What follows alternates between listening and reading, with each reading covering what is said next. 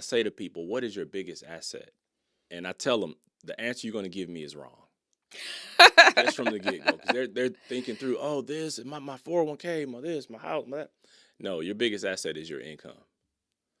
And if you can free up your income, it will allow you to do a lot of other things. That part. If you don't have debt, if you're not paying $1,200 out a month in debt, you could be funding a Roth IRA.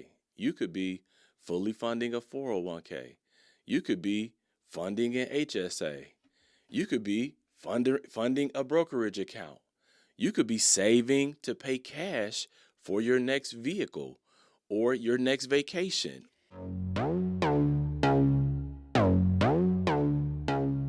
Welcome. This is For Better and Worth, The podcast where we don't believe you have to sacrifice your relationship while you grow and build your net worth. We are your hosts. I'm Chris. And I'm Ericka Young, and we're so glad you're joining us today. All right, y'all, let's get into it. Hey, babe, how you doing? I'm good. How are you doing? Doing good. Awesome. Back at it. Yes, indeed. One more again. Yes, I feel like sometimes, the topics that we have are specific to like one subject in particular or what have you. And like, I feel like we're going to say a few things today, right? Yeah. Hopefully it's the glue. I think we have a few things to say every week. Yeah. Well, it'll be interesting because I feel like today's talk is the glue.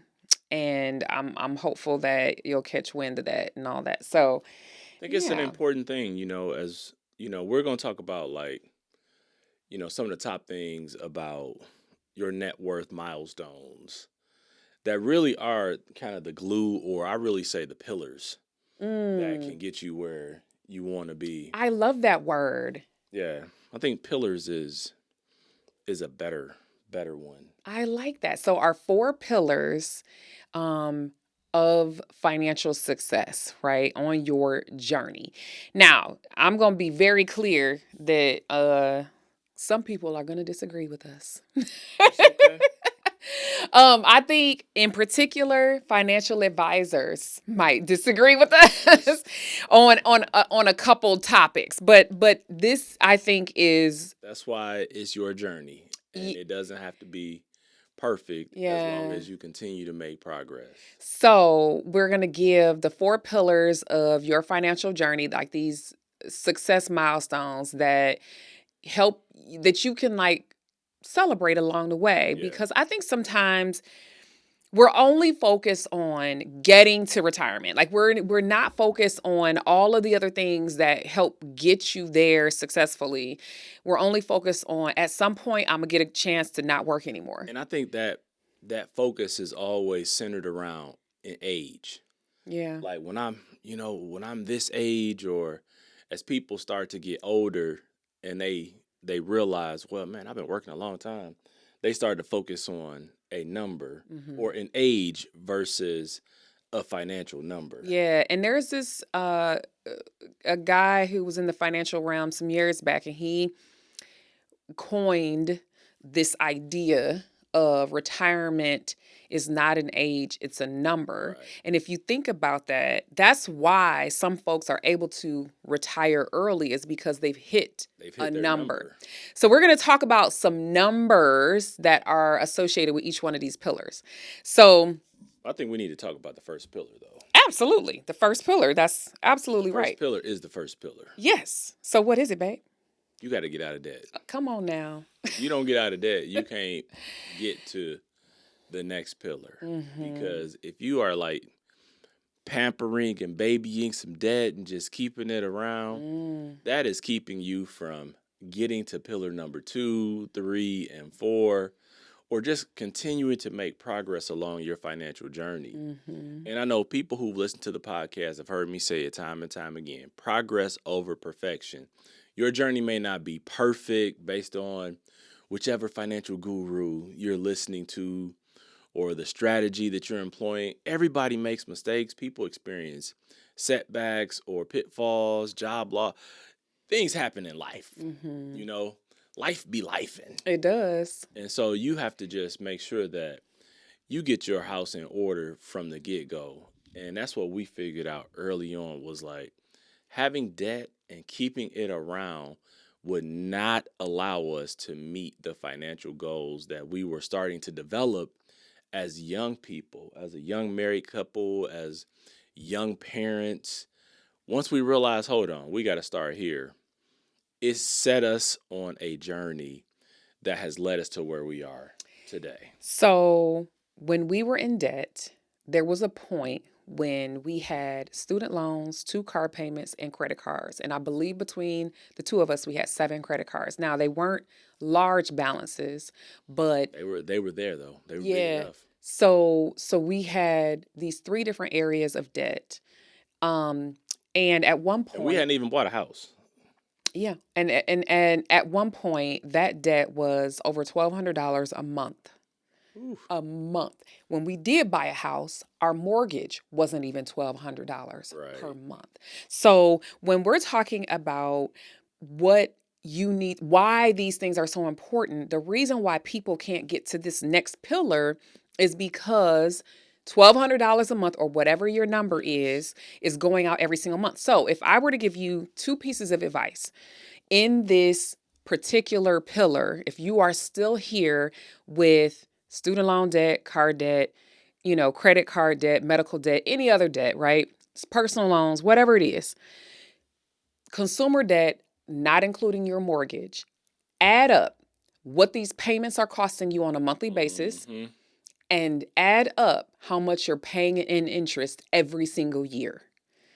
If you can do those 2 things, you're going to get mad at the debt. I want you to get It will be surprising once you see what those numbers are. I want you to get so mad at the debt that you say, I'm going to cross this pillar off. We're going to attack this. We're going to change some stuff because I don't want to pay this much in interest. And I don't want to continue to be making these payments that are keeping me from the next pillar. Right. And so we tend to see a car payment as a need. A car or transportation might be a need, but the payment itself is not the only way you can go about having that vehicle. We tend to see student loans come along with getting an education. Maybe, maybe not, right? It doesn't necessarily have to be that way. We can make different choices, especially for our kids. And we tend to think we can't live without the use of a credit card. And the problem with that thinking is that we'll continually depend on it and potentially draw interest in all the things that we don't want, right? These behaviors that keep us stuck.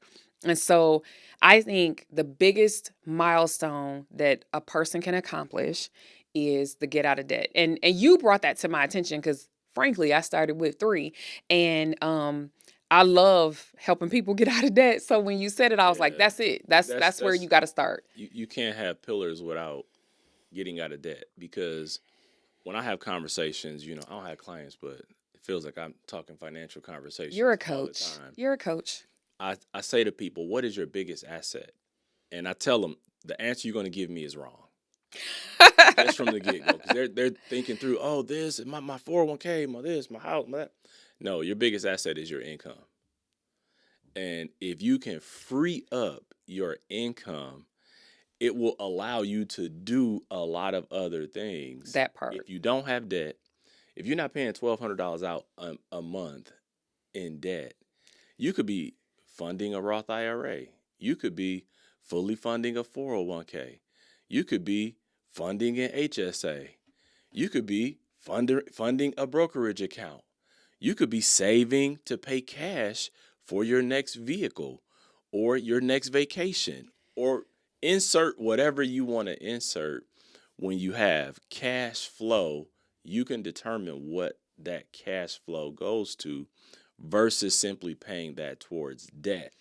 And all of that can either help increase your net worth or it can just increase the enjoyability of your life. Right. So here's what's really interesting is we had that kind of debt 25 years ago. Yes. So now when people are getting out of college, car payments are much more expensive. Ooh. And the way that we spend on credit cards is larger. I mean, we really didn't have but a few $1,000s on the credit cards. So our payments were not that much. But now the spending has increased. The cost of living has increased. Cars cost more, education costs more. I have to say, like as you were saying that, I was thinking about how we have raised our kids Mm-hmm. and how they have adhered to the financial concepts that we've taught them, and we've helped them along the way in different facets, but they have earned their way as well.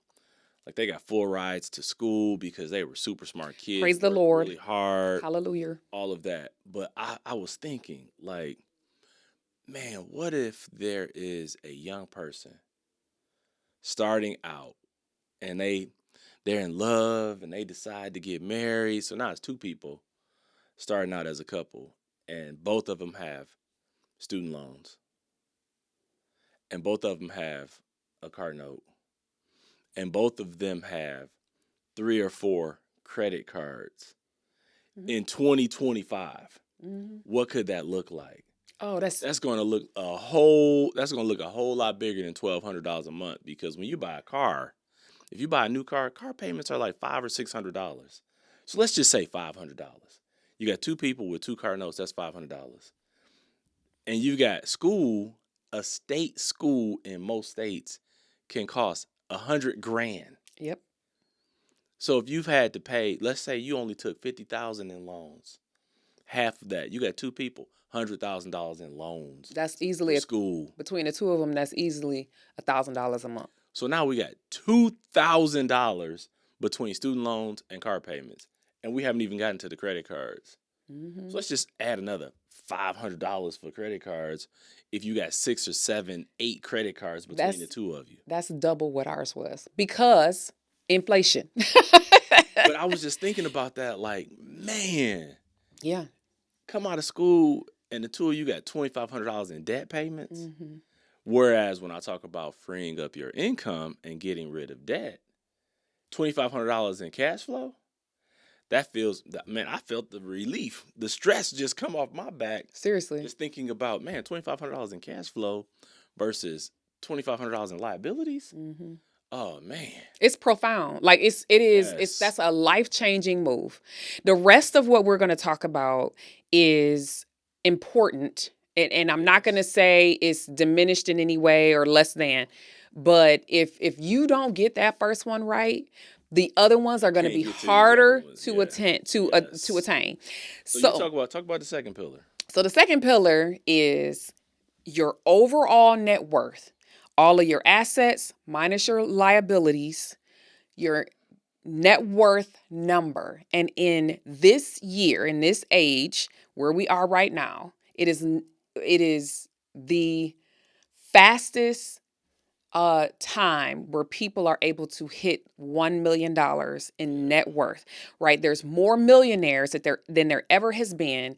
And because of the cost, if we think about your home, because of the cost of home ownership, because of how much people are earning, and the abilities to save, just in a 401k, you can save what, 27,500 if you max it out. 23,000. 23,500 if you max out your 401k every year. Any employer contributions. So the ability to amass wealth is happening at a much faster rate right now. So, and if you are in a position to invest in a Roth, you could put another 7,000 in that. If you can do the catch up because you're over 50, you can do that. So there's all of these ways to enhance your wealth. And so more and more millionaires are being birthed, if you will, because of the ability to do this in so many ways. And so your overall net worth being $1 million is pillar number 2. And so I think it is a great idea to calculate your net worth. Ours, when we started off, was negative. Okay. And so, and that's because not only did we have debt, but because we had debt, we weren't in a position where we were doing anything above just the match to our 401ks. And for a season, we didn't do both of them. Like, I think my initial job, the match was pretty low. Mm-hmm. And so we didn't do a lot there because we were trying to get out of debt and we were leveraging, bonuses and things to pay debt down. But, that once we cleared some of that up, we were able to go back and do Right. more. The debt kept us negative until we became homeowners, and that asset began to help grow our net worth, even with a negative balance on these debts, right? And so at one point it was sort of even for a little while until the debt was paid off and the house had grown in equity. And so but that home ownership was big for us. Not everybody wants to be a homeowner. We highly recommend it, but that overall net worth being $1 million is a huge milestone to celebrate and say, we're here. Here's why. Is because likely, if you don't include your home in that equation, like I think you should hit the net worth milestone, including your home. But that means you have enough retirement assets that you're at a sweet spot. Mm-hmm. Of growth, right? And you've been able to free up. Obviously, you've gotten out of debt, so you actually have some cash flow. So I think that is an important milestone. I may not have said that number 10 years ago, but the rate at which people are becoming millionaires is becoming way more common and way more accessible for two people on a teacher salary. It is not uncommon. It's not impossible. And it's not going to take, it took us a long time to get to specific milestones. It's not going to take people as long if they get out of debt and do what they need to do with applying that money to their future. It won't take them as long. But I think most people can get to that number if they start early with the get out of debt. And there's benefits along the way because, when you invest with an investment firm, a lot of people initially will do, no loads where they don't have a dedicated advisor. You just kind of put it in a year-based fund. A lot of people have those year-based funds with 401ks. But when you start to reach different levels, those organizations will begin to assign you someone who helps, with portfolio review or management. And you get access to a lot more tools and advice and actual advising that you may not have been able to access before because they want to keep your assets with them. So then they want to start providing more value to you. And I will never forget when we first started out, and I won't name the firm, but I have decided I will never do business with a particular firm because we were small fries. We had nothing. We were small fries at that point, barely saving anything, and they were looking past us. Mm-hmm. And they were trying to say, well, do you know anyone? I'm like, well, we don't have any money. Who we know to have money? And so I was just so offended. And I said I would never invest with them. And I think that's a lesson for everyone. You have to be, one, where you're comfortable, and two, where you're appreciated.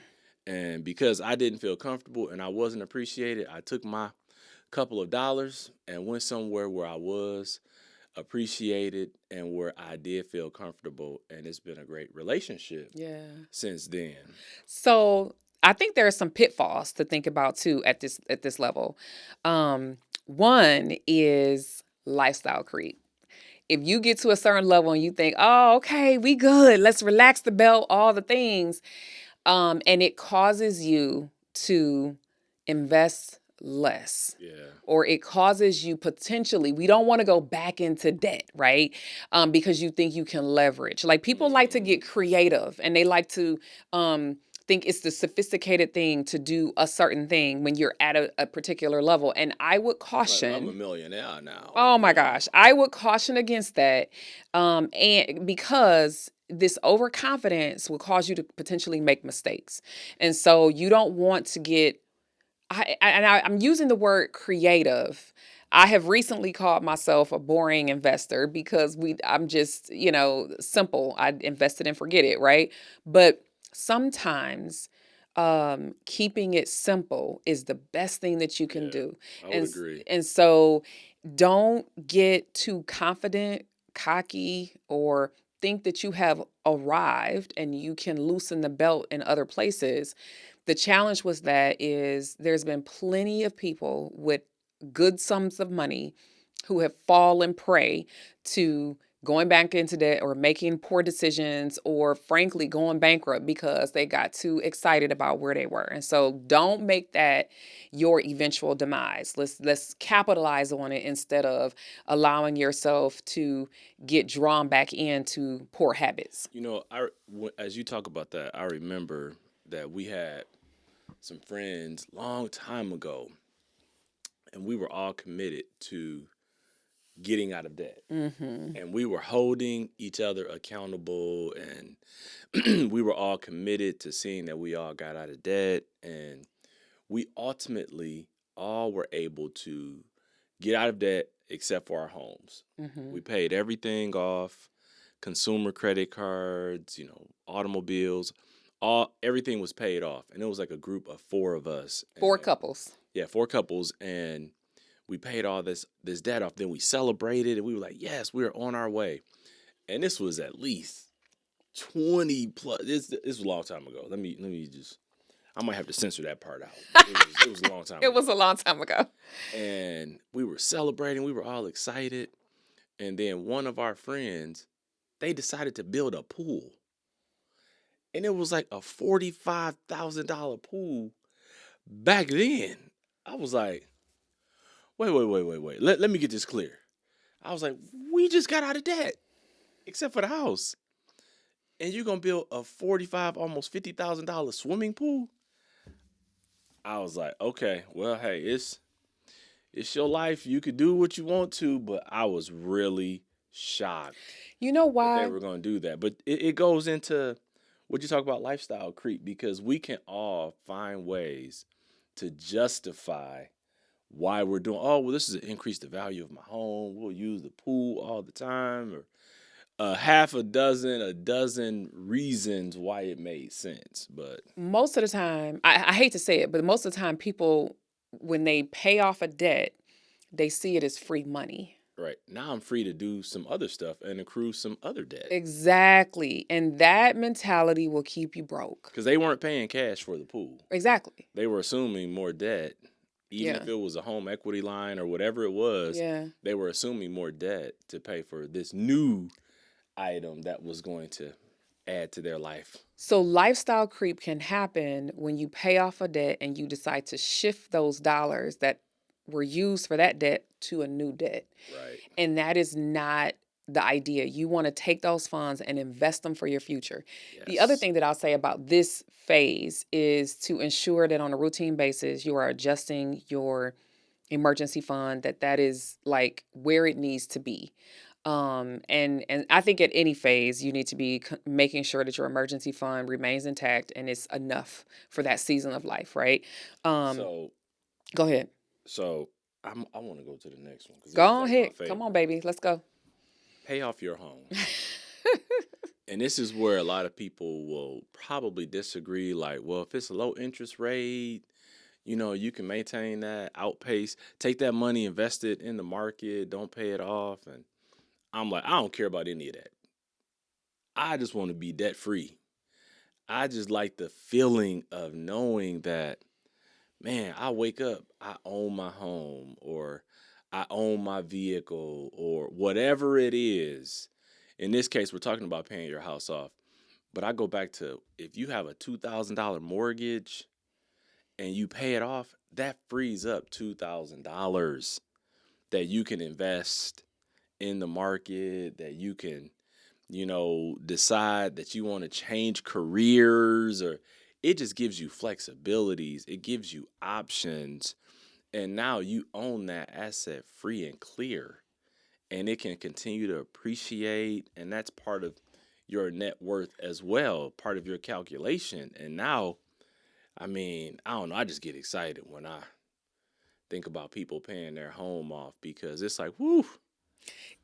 It's called psychological freedom. Like in your mind, you have secured your largest assets, and nobody can take it from you. And that's very important as you get closer to the actual retirement age that you may choose that you're going to retire, it becomes more and more important then, because you cannot truly go into retirement with a mortgage. I know people do it, but it's not optimal Right. to have a mortgage payment when you are in retirement and your income is being adjusted from, an employer or self-employment to potentially nothing except for what you're going to draw down from your investments. So I just want people to imagine a life without the mortgage, without a rent payment. I'm about to get up. And, I'm gonna do a holy dance here in the studio because it just made me just. So here's what's interesting. I have been a financial coach for 20 years, over 20 years, and I remember years ago, this was years ago, when you were very adamant about paying the house off. Not that we weren't being aggressive about it. We weren't necessarily putting extra on it. You were excited, just like you are right now, 20 years ago. about paying off the mortgage. And I was like, oh, whatever. It's fine. Like sure, we'll pay it off. I didn't have the excitement that you had. I was like, girl, go on. And I got this one. And I do have the excitement. I might express it differently, but the freedom side of it, see, this is why you need to imagine it for yourself. Yes. So the freedom side of it, that we have this cash flow that we can now do something else with to advance our situation, to reach some other goals. That is the part that makes me salivate about paying this mortgage off. I couldn't imagine it back then. And I didn't think about how important that visualization was and why it would matter for me. I also think that now I can understand our family. We've been through several layoffs. I don't know, what is it, 3, something like that.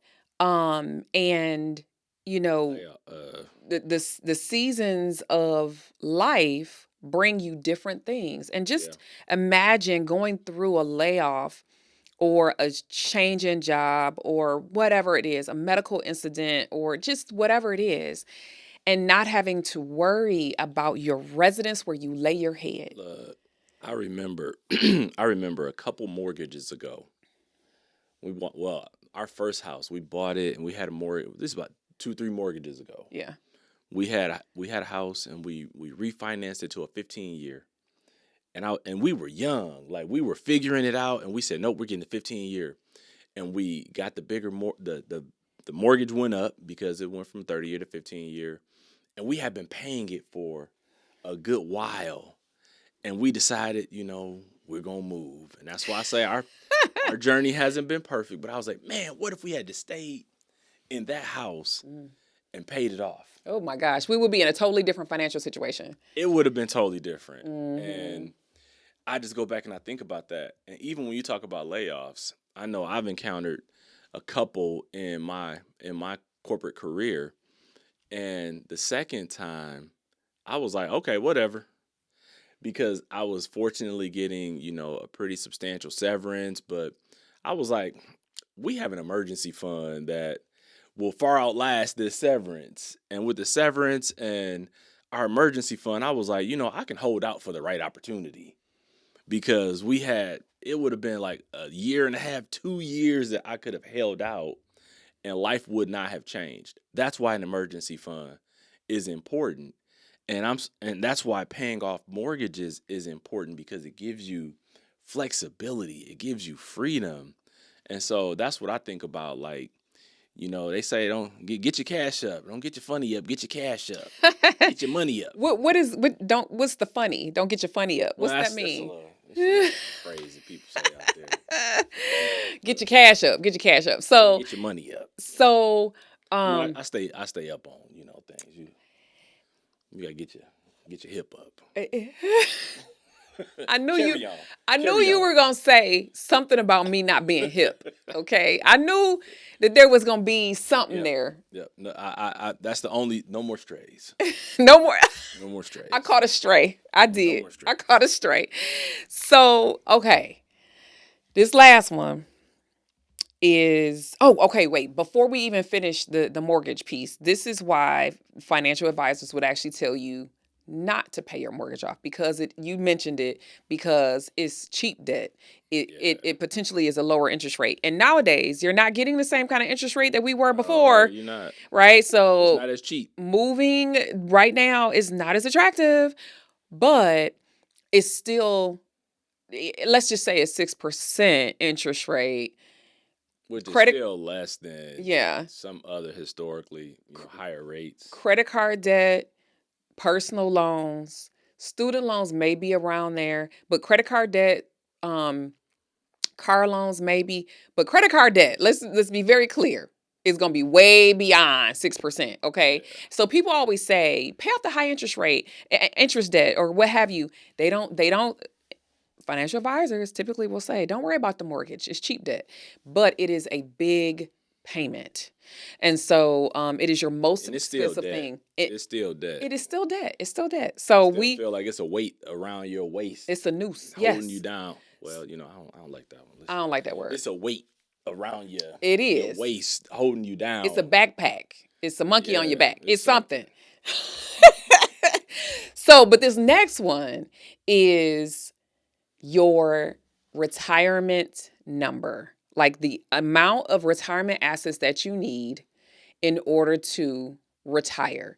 Mm-hmm. And some would call this your financial independence number. And so here's where I take slight issue with the terminology financial independence, is because why do I have to be financially independent? Like, why does retirement mean financial independence? I want to be financially independent at any phase, right? Yeah. I don't want to feel like retirement is the only time where I'm experiencing that. Anyway, that's just my own personal gripe. It's funny you talk about that, and this is an exception. In my travels, I was at a hotel bar, me and a coworker sitting talking, and we sat next to a guy who, he was a former hockey player, but he was like, 40 and retired. And he's a professional hockey player, and sure, he had made tens of millions of dollars, so he could do that. But I was just looking like, man, just imagine his life is so different that he's 40 years old and just like doing whatever he wants to do. And you may not be a professional hockey player that makes tens of millions of dollars, but if you do the right things, like I tell our daughters, if you do the right things, they could be in their 30s or they could be 40 and literally be set up and choose to do whatever it is they want. Yeah. Because that financial independence number they could potentially hit it by then. Mm-hmm. That'd be 20 years or so. Mm-hmm. And they hit that number? Yeah. Man. So a friend of ours... Stop playing with me. So a friend of ours, he reached coast fire in his early 40s, which meant that he hit a retirement number. He hit a number with his assets, only his assets, not his home, where he never has to add another dollar to that number. And it will grow. Now, the caveat here is he has to reach like the age where he's going to hit that number. Because if he were to pass away today, God forbid, I don't know that money is enough for his family to live on today. But the point is, when you hit a number and you never have to add to it again, that means that it doubles every 7 years. If it does that a couple times, you'll have enough for typical retirement age. Now, but what I think it did for him though too, it allowed him to shift his career focus. Yes, and he paid off his house first. Yes, and then hit that number. Yep. And so he was able to shift careers. And so instead of doing this thing that was a 9 to 5 and yep. had stress, or he just wasn't happy, he was able to do something different, and that opened up happiness and created success there. And it's all about flexibilities and freedoms. So he works like 20 hours a week. His kids are younger, so he's able to be involved there. He doesn't make as much as he did in corporate America, but he doesn't actually have to because he doesn't have a mortgage. He doesn't have a need for as much. And he gets to choose his life. That's the kind of independence we're talking about. I'm not going to turn no money down. No. I can still make some money. I can still get the money. So that's where we're different. And the other part of this, now we have reached our coast-fi number, but the other part of this is when you get to the place where you have enough that you can retire right now, like in the moment, and you need to know what that number is. So typically the formula is 25 times your today's income. And that's just a good rule of thumb to think about. And the reason is because let's just say for round number's sake is, what is it, $50,000, right? That means that at 25 times. 25 times 1.5 million. 1.25 million, right? Or something like that. Yeah. So maybe it's 1.25, yeah. So you have 1.25 million in retirement assets, not including your home, and then 4% of that gives you $50,000 a year. Right. So then you can retire, right? So a lot of times people don't realize that it is an actual equation, and it's worth doing that. If you don't have a mortgage and all you're doing is paying living expenses, utilities, and potentially still funding some of your retirement and funding your lifestyle, you don't have to make $100,000, but your lifestyle could feel like $100,000 lifestyle. So Yeah. I love it. So Our goal is really to reach that number prior to age 59 and a half. yeah. And so so that's the whole point is, again, it gives you freedom to make choices around the way you want to live your life when you're young enough to live life. We have an aunt who is right now 103 years old. So she is still living it up. Listen, yes. So think about having a potential like 40-year career, then retiring and living another 40 years. Right. And she and her husband were both school teachers. Mm-hmm. And when they retired, they went into a community where they were still living independently. I was like, it's one of the nice ones. Oh yeah, they was living it up. It was a nice community. You didn't go in like, oh my God, who lives here? Yeah. I was like, dang, they get to live here. And they traveled the world in the Yes. summer times when they were both off school, didn't have to work Right. during the school year. And they traveled the world, like Europe. They went places. So don't tell me it's not possible. Come 'cause on we now. saw examples of school teachers that made it possible. That's So, right. That's right. So that's one of our points of inspiration. And so my thing is, do your own calculation so you know what you're hitting, the target that you're hitting. And we work with an advisor. We're not like these financial people who don't think we need help. We absolutely need help. We need oversight. We need ideas. We need people to help us with our tax planning, all the things, so that we can make good, sound financial decisions. And I think that when you couple that with knowledge on what you should be hitting, then you can have a reasonable and informed conversation with anyone helping you.